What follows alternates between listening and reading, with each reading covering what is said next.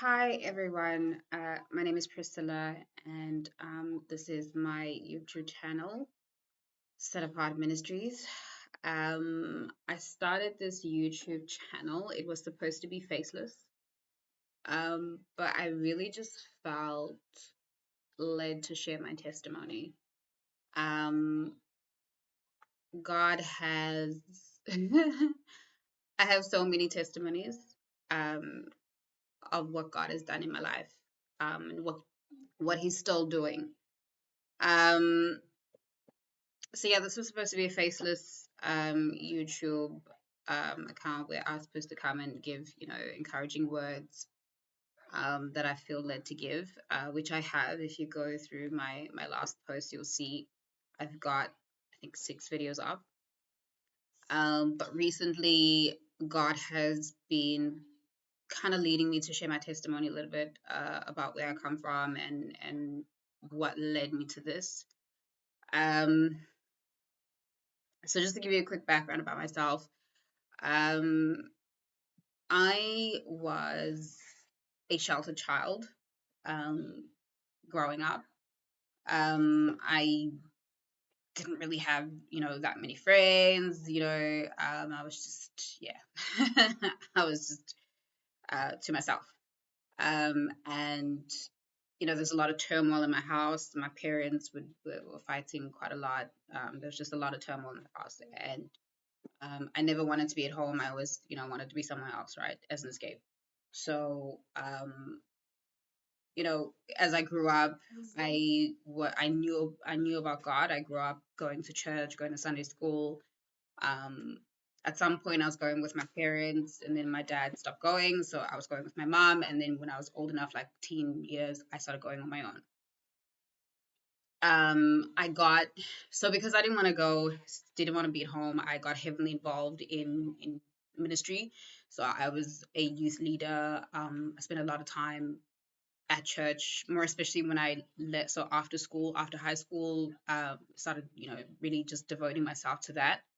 Um, and at this point, we were living in Australia, so we were in a different country, and so I was doing that. I didn't want to be anywhere else. I didn't want to be at home, so I chose to be there. Um, and then circumstances led, we came back to South Africa.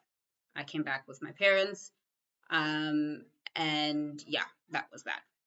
So upon coming back, I stopped going to church. I stopped, like, I did go a couple of times, but I just wasn't feeling it anymore. And I thought, you know what? I wanted to explore because I knew, or church was all I knew. I wanted to find out what else is out there. I wanted to know what's happening.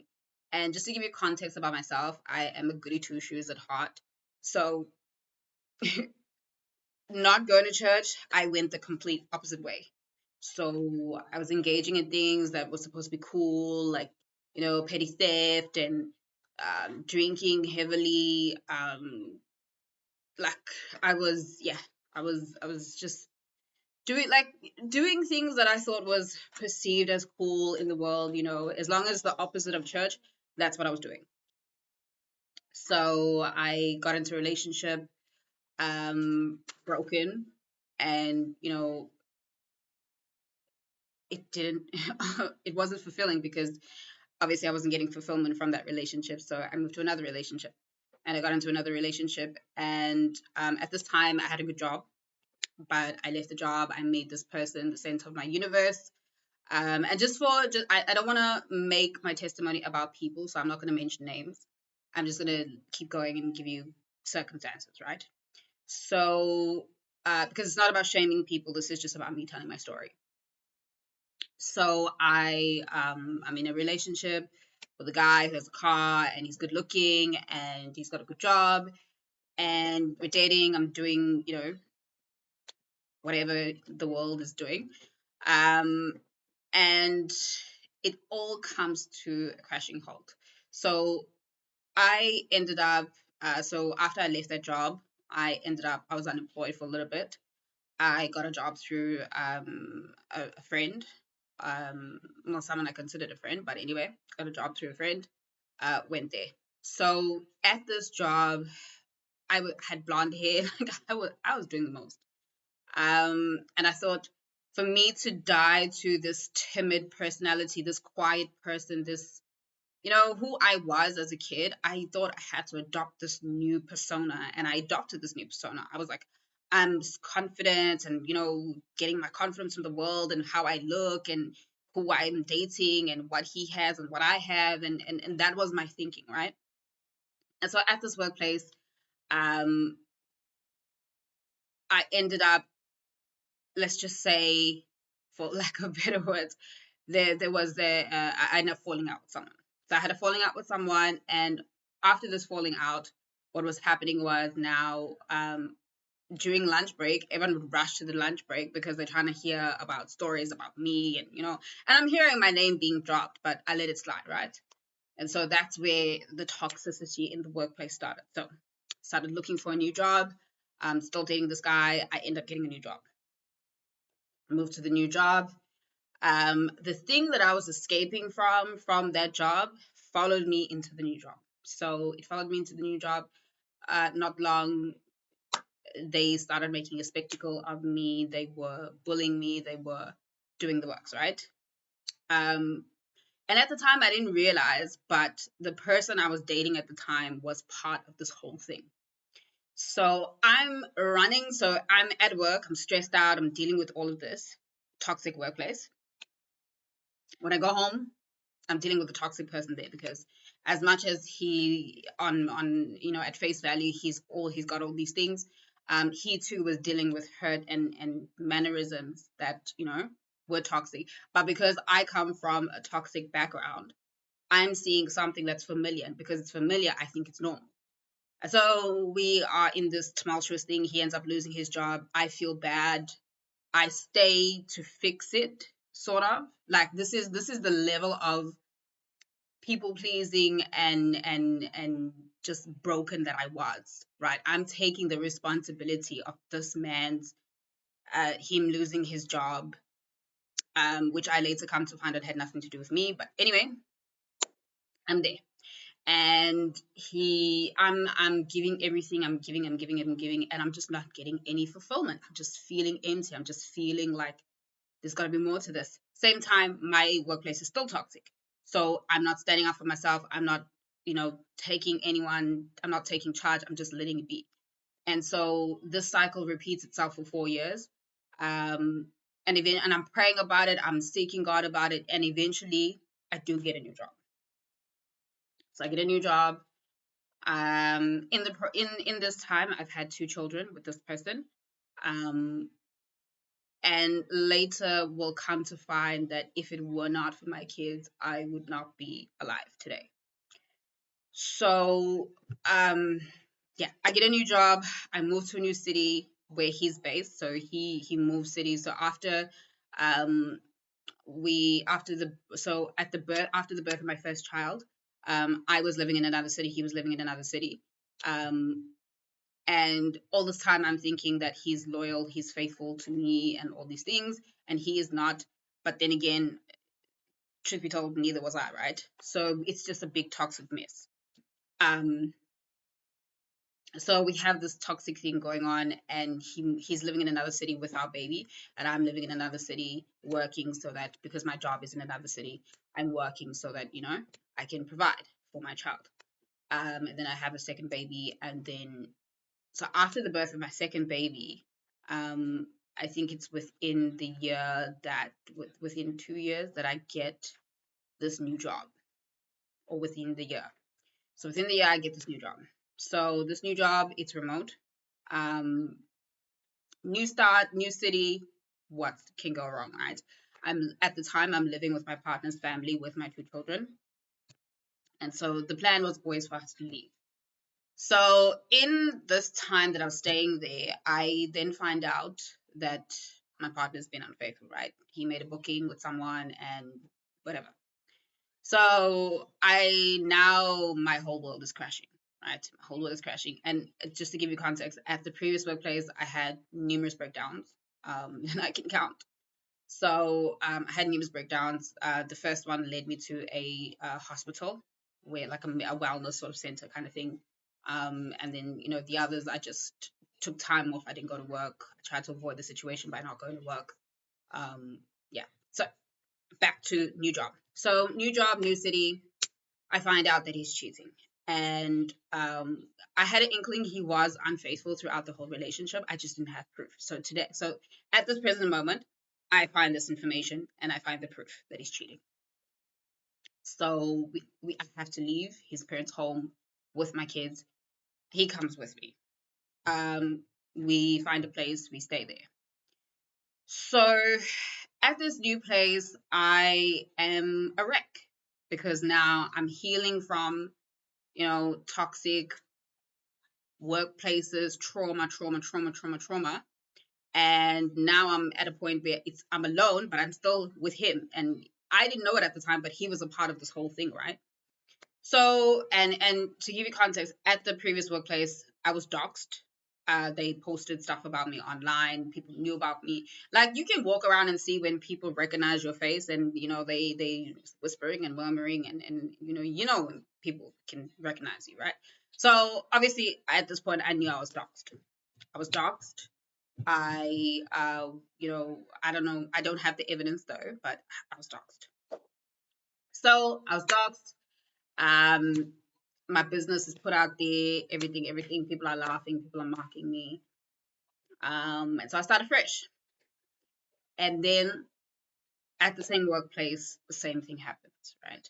So, and to give you context, I do have a mental illness and I was not on medication. Um, Partly because I was drinking and the medication don't go together. And I was using the alcohol as a coping mechanism, right? So I was in this long-term abusive relationship, which I was not aware of because I thought it's normal, right? I come from this toxic place, so I'm thinking toxic, familiar, must be normal, right? So, after some therapy sessions, after um, you know, I'm going through YouTube and I come across this video. Oh, I did meet. So at the new organization, I did become friends with this person, which later I found we would have a falling out, and the cycle of toxic workplace would repeat itself. But before before we had a falling out, she had led me to fast. So we were kind of talking about God, praying, but we're also entertaining. So I was Christian, but I'm entertaining like um Christian in the sense that I believe in God, but entertaining stuff like star signs, and I believe that my man was going to be a Taurus, and I had this list of what he had to be and all those things, right? So she had led me to fast, and in this fasting, number one, I was praying for his salvation. Two, I was praying for our finances, all this type of stuff. And then as I'm fasting, so while I'm fasting, so after the fast, I come across this video of Pastor Mitchell, Anthony Mitchell, and he's talking about relationships and how the enemy can send distractions in the form of relationships. And God had already been convicting me about living in sin, doing this whole far away from him, because remember, I was in church, and so the opposite of church is moving to the world, and I was full force in the world. And I got convicted about being in the world. I got convicted about the relationship that I'm in. I got convicted about a lot of things, and I prayed and I said to God, Lord, show me the people who are not supposed to be in my life. So I had a falling out with this girl from work. Had like my relationship. He started to show his true colors, and the mask that he was wearing slowly started to fade away, and that is where I saw the real him. And he was starting to do things like like the old him, to trigger kind of what I had experienced before. And that was my clear signal that this is not going to work. This is not of God, and I need to move away. And my family and everyone was pushing me to date him, and I was like, no, this is not for me. But now, I don't know if anyone has been in a relationship with a narcissist, but if you have, you are well aware that you don't walk away from the narcissist unscathed. They will make sure that it's either they do things to cause you to run back to them, or you stay. So I was faced with that. So I'm faced with, okay, if I leave, I'm going to repeat the same cycle, my business being put out, doxed. Like it was happening on radio stations. It was bad, right? When it happened the first time. And so in this new city, this is his playground. I'm afraid. I'm like, I can't do that. I can't go through what I went through again. And God is like, you need to leave this person and you need to do this thing alone. And I'm like, Lord. Okay. So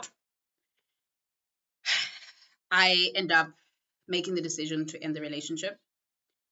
And oh, by the way, in all of this toxicity, they have access to my phone. So my phone was hacked. So they had access they were privy to my messages. They were privy to like anything that I was doing, like on my phone. They were privy to that. And so my privacy was invaded. I ended up buying a new phone, which ended up getting compromised too because I left with the person who was causing the afflictions in the first place. He was part of it. He wasn't the only one, but he was part of it. So God calls me to leave this person. And I realized I'm living in sin. I realized that I cannot possibly have progress in terms of my healing if I keep entertaining this relationship. And so I obey God and I end the relationship. And I now need to get medication because I, need medication if I'm gonna have a chance of parenting my children properly. So I now am in a situation where previously when I tried to get medication, what was happening is when I'm going through this, when the bullying was happening and now I need my medication, now anytime I go to a public facility, I was getting the runaround because of like I was getting the runaround in terms of getting my medication. So I wouldn't end up getting my medication or it would be delayed. I was just not getting it, right? And so after the breakup, God was leading me to fast. And I ignored him, I think, for like a good 2 weeks. And then it was like, you need to fast. And I did it. I got on a fast. And my kids were not with me at the time. My kids were with him because they were visiting, but he was not bringing them back. And so in this time, I'm fasting. When I went to sleep one of the nights, the first thing I did when I woke up in the morning and I had when I started the fast, I started my first prayer in the morning.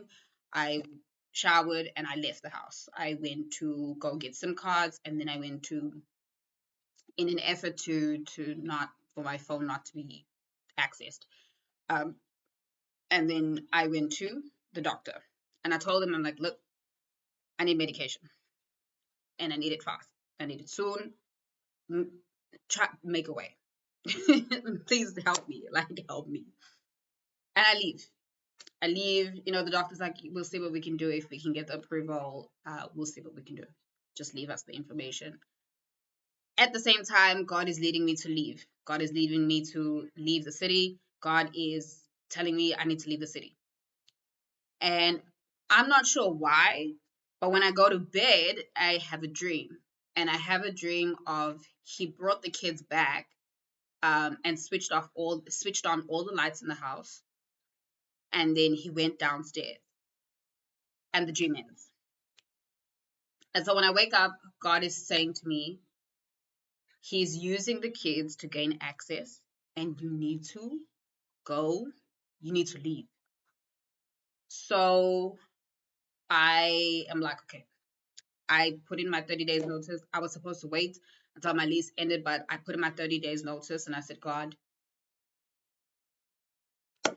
So yeah. And then in that week, I get the phone call to say that, okay, firstly, your medication has been approved. It's going to come to you in the week, delivered to your house, to your place where you stay in the week. That happens. My kids come back. Now I need to leave. I'm applying. I get rejection after rejection. And just to give you context, in this whole entire time, I had battled with depression. I had battled with anxiety. I had battled with suicide ideation. There were numerous times I wanted to end my life, numerous times where I wanted to take my kids with me. Um, and those who are judging, who are here to judge, I'm here to tell you that if you have never experienced what I've experienced or been severely depressed, you don't know the type of things that people think when they are severely depressed. So save your judgment for God. He'll answer you. Um, so I was severely depressed. Like, I was battling with depression. I'm battling with this. I'm drinking, which is making it worse. I like it's bad. So I end up finding a place.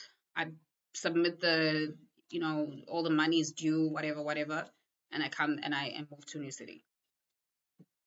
And the new city has nothing.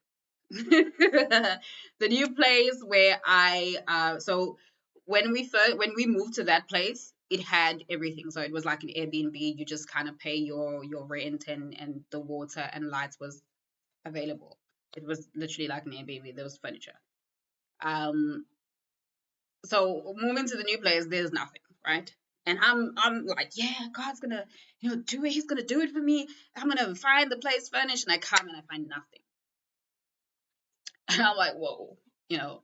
And it was financially tough for like the first couple of months. Um, and in the last few months, the spiritual warfare has been real. Um, because the new job now is become toxic, and they're literally trying to push me out. Um, and it's in this that I realized that I need to start doing the things that God has called me to do. He has restored me. He's healed me. I no longer drink. I'm of sound mind. Yes, I was doxxed, but they laugh at me and I walk. They laugh at me and I praise God.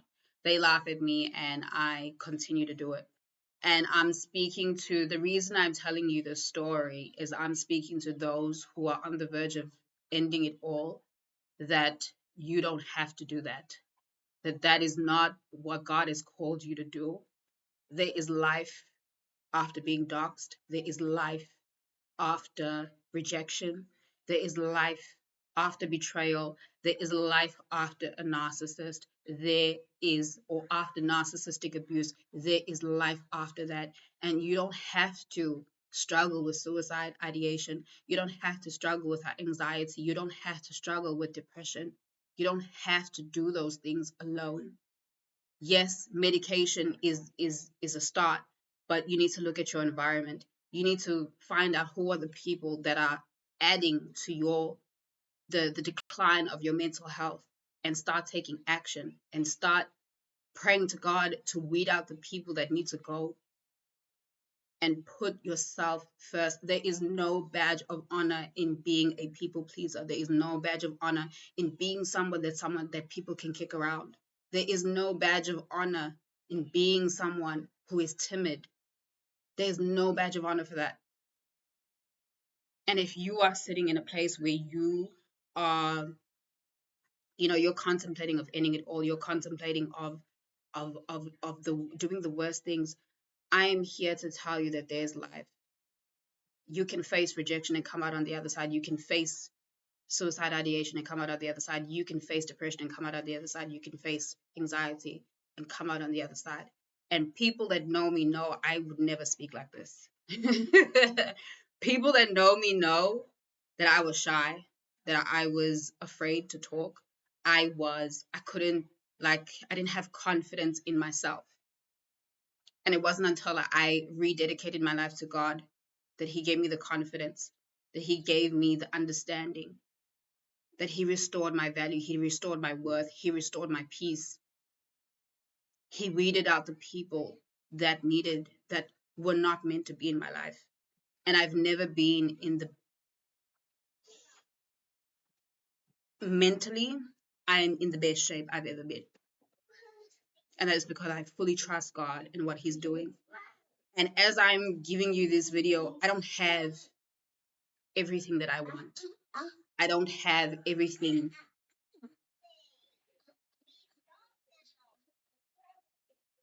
Sorry guys, my kid is here. Um I don't have I don't have everything that I need or want right now, but I'm here to give my testimony because I know that those things will come and I know those things will be multiplied. But today I'm walking in my plan and in the plan, not my plan, God's plan and His purpose for me. And He called me to share the story with you and whoever needs to hear the story, that you do not give up, you do not fold, you do not. There's only one way, and that is to God, that is to Jesus. There is no other way.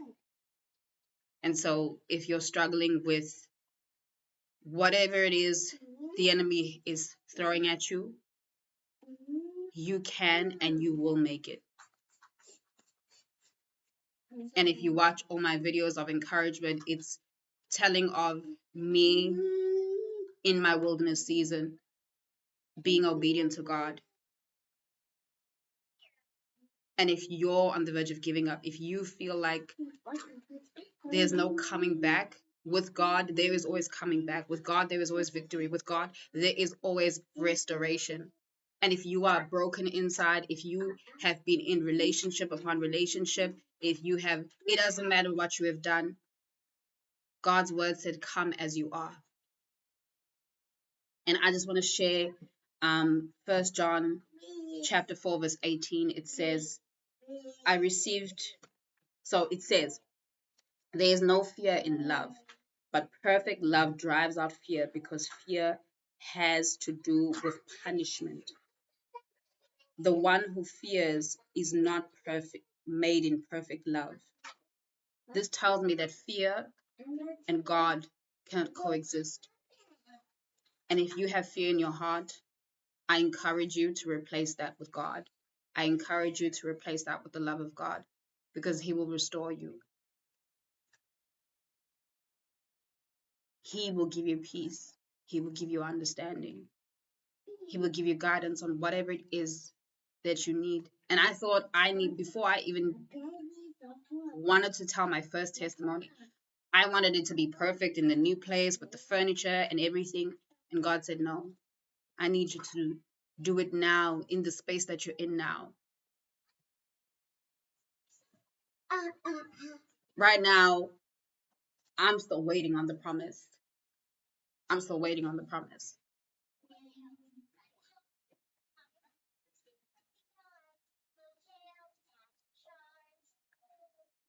But while I wait, I will obey. And this is me obeying God. And I just want to encourage you that if you're tempted to end your life, if you're struggling with anxiety, if you're struggling with depression, give it to Him and He will restore you. He has called us to be of sound mind and not panic and not stress and not fear.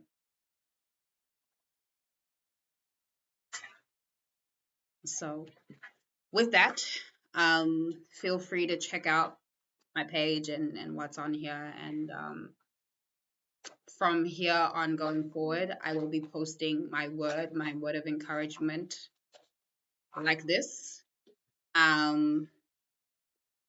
Because at first I thought I needed to hide my face, but God has led me to this.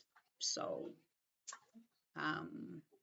thank you for watching and listening. And, if you like this content, like, subscribe, share a comment. And yeah, I pray that whatever it is you're going through, that God will see you through it. So thank you and bye.